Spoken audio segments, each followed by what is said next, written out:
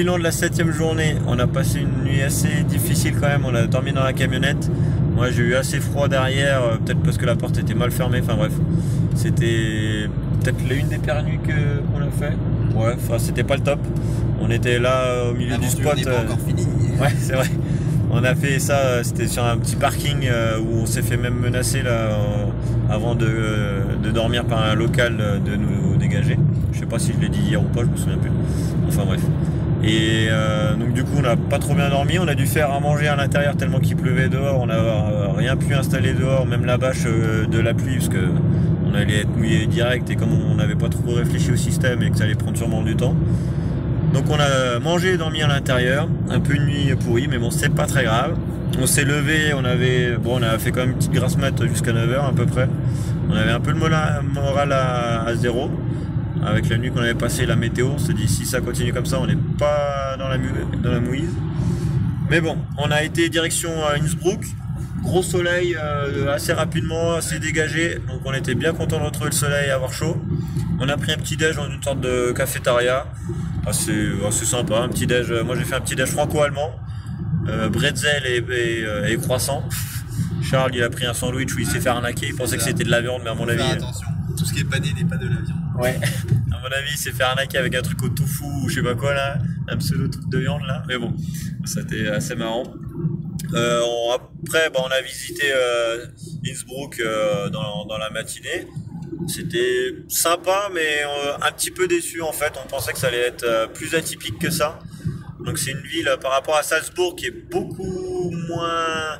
Enfin la vieille ville elle est presque inexistante, donc il y a tout un quartier assez moderne, comment dire, piétonne et commerciale, modernisée. Voilà, en fait c'est le vieux se mélange avec du moderne et puis c'est une ruelle, enfin c'est des rues piétonnes très commerçantes avec des magasins de marques modernes et tout ça, et puis de temps en temps entre deux magasins on trouve une vieille église ou une vieille façade. Donc on a un peu été déçus, on préfère Salzbourg qui est quand même plus atypique et beaucoup plus rustique entre guillemets, mais on a apprécié 2-3 petites choses. Par exemple à Innsbruck là il y a une sorte de place qui est aménagée assez sympa avec un monument je sais pas aux morts à mon avis pour ceux qui ont libéré l'Autriche. Mais l'aménagement urbain est fait complètement pour les skateurs, les BMX et tout ça. Donc on a trouvé ça assez marrant que justement le côté moderne soit autant intégré dans la ville, et puis même le côté jeune et dynamique qui ne soit pas exclu, ce qui est souvent le cas dans les villes.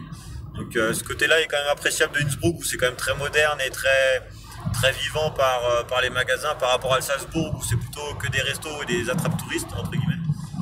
Alors que là c'était un peu moderne. Ah oui, c'est vrai, on vous a peut-être pas raconté, je sais plus. Et bah si, je crois que c'est... à l'intérieur. Ouais, je sais plus. Alors je sais plus quand est-ce que c'est arrivé, il faudrait que je regarde sur l'ordre des photos.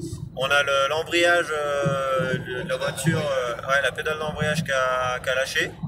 Bon après, heureusement que mécano Charles MacGyver nous a rafistolé tout ça. Avec du fil de fer et tout ça. Pour l'instant, je crois que ça fait quoi, un peu plus un jour, je crois que ça fait. Ouais, c'est ça. C'était hier. Voilà, ça tient toujours. Donc on croise les doigts pour que ça tienne jusqu'au bout, jusqu'en France. Inch'Allah, comme on disait. Sinon, après Innsbruck c'est bien parce que c'est pas du tout touristique. Hein. Il y a quand même beaucoup moins de tourisme qu'à Salzbourg. C'est quand même plus vivant. C'était un peu plus cool, on va dire, si on veut venir visiter. Mais c'est un peu moins atypique aussi. Tous les parkings c'est 1h30 au centre-ville.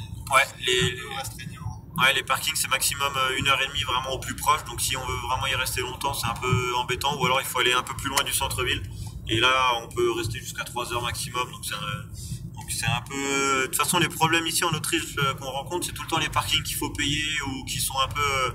limité en temps, etc. C'est un peu embêtant. On trouve rarement des... À 10 minutes près, on se prenait une amende. Ouais, à 10 minutes près, ouais, c'est vrai. Il y a la dame qui est arrivée, elle n'a pas été très aimable, elle n'a pas été compréhensive et c'était pas cool. Mais bon, c'est vrai que le seul problème qu'on a, c'est un peu pour retrouver des places de se garer librement, partout, même pour aller voir des points de vue. Le parking est payant, c'est 1 € ou quoi que ce soit, c'est un peu chiant, mais bon.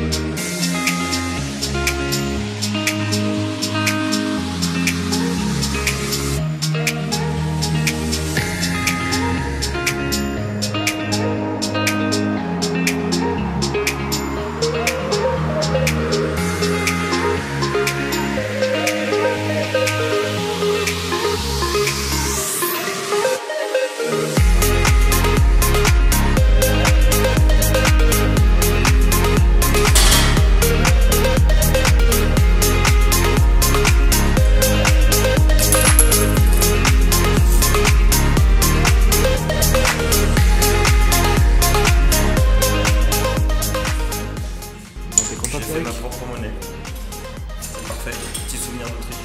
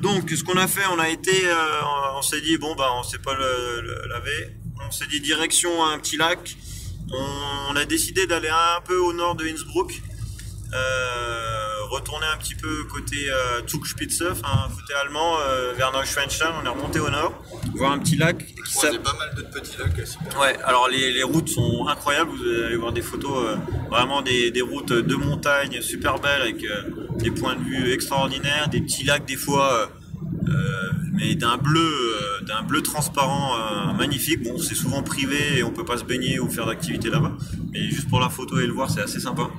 Du coup, on est passé à côté du Zugspitze.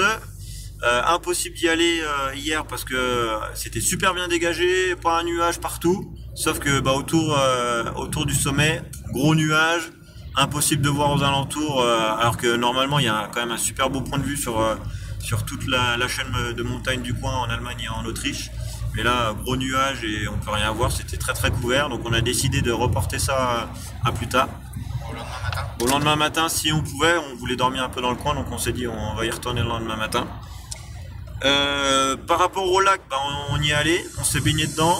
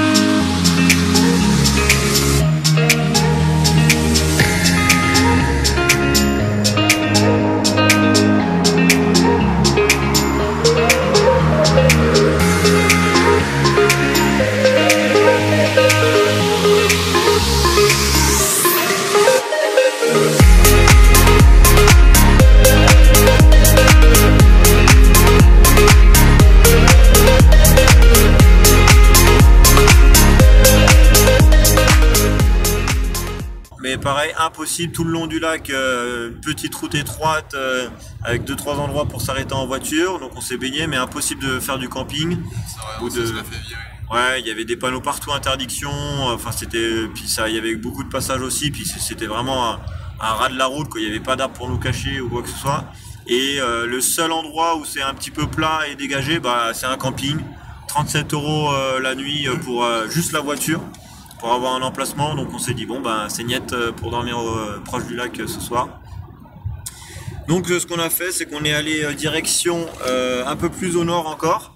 On avait repéré sur le téléphone des petits lacs beaucoup moins grands et puis à mon avis un peu plus à l'écart des sentiers des grandes routes. Et c'est pas loin de Resch, donc je sais plus comment. Ah oui, pardon. Donc c'est pas très loin. Alors c'est le lac où on est allé, c'est Plansee. Donc c'est un petit lac vraiment pas connu, vraiment un tout petit truc un peu comme à Montagny, on pourrait comparer ça, donc vraiment paumé.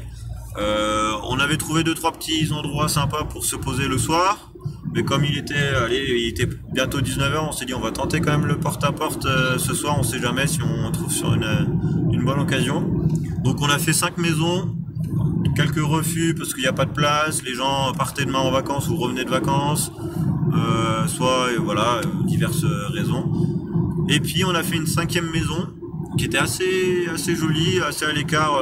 Pareil, on fait jamais les centres-villes de petits villages, on essaie toujours d'être à l'écart pour tomber sur des maisons individuelles et pas des grandes maisons aussi où il y a plein de sonnettes, parce qu'on a remarqué que c'est un peu compliqué des fois quand c'est des logements multiples, et puis souvent c'est des petits logements avec des familles dedans, donc ils n'ont pas forcément de place, et puis ils n'ont pas de jardin aussi, donc le fait de faire des maisons en extérieur de centre-ville, c'est bien d'avoir la place de garer le berlingot. Voilà, on a la place pour la voiture. On a une chance supplémentaire si les gens peuvent nous proposer leur jardin pour dormir dehors. Donc on fait souvent cette technique-là qui marche pas trop mal.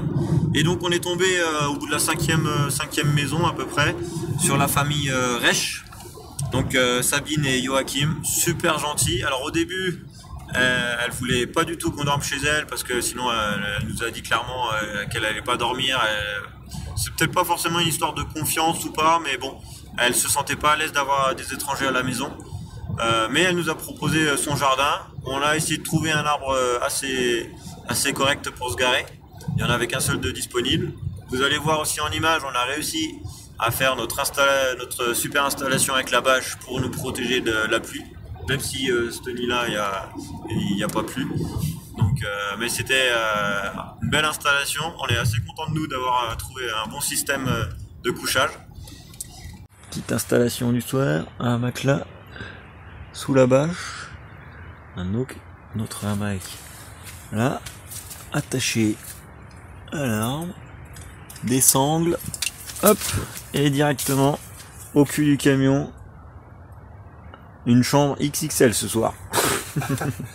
10 mètres carrés. 10 mètres carrés, si c'est pas plus au moins. Au moins.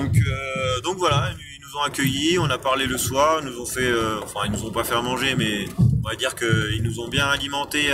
Nous on avait nos pâtes, mais bon, ils nous ont upgradé un peu nos pâtes avec du ketchup, du fromage, ouais, ketchup piquant, Charlie s'est fait avoir, mais bon, heureusement qu'il en avait pas trop mis. Et puis voilà, c'était pas de saucisson pour la soirée, on a bien discuté, c'était super sympa. Donc voilà, on a passé la nuit sous la bâche, et puis vous allez voir si on a passé une bonne nuit ou pas, et puis ce qu'on a fait après le lendemain. Pour le 8e jour du road trip, on a passé une semaine, et pour le bilan d'une semaine, franchement, on n'est pas trop mal, hein.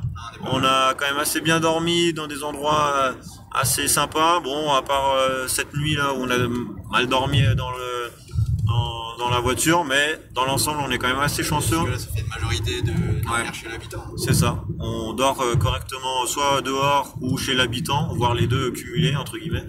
Et on a assez de chance et on fait des super belles rencontres, on a des super beaux paysages, on croise les doigts pour que la météo reste ensoleillée jusqu'au bout et qu'on se retape pas encore la pluie. Donc voilà, petit bilan de la semaine, et puis normalement, de toute façon, avant dimanche, avant lundi, il faut qu'on soit rentré en Bourgogne. Donc là, ça va être demain, direction sûrement Liechtenstein et la Suisse pour commencer à rentrer. Allez, à demain pour le jour numéro 8.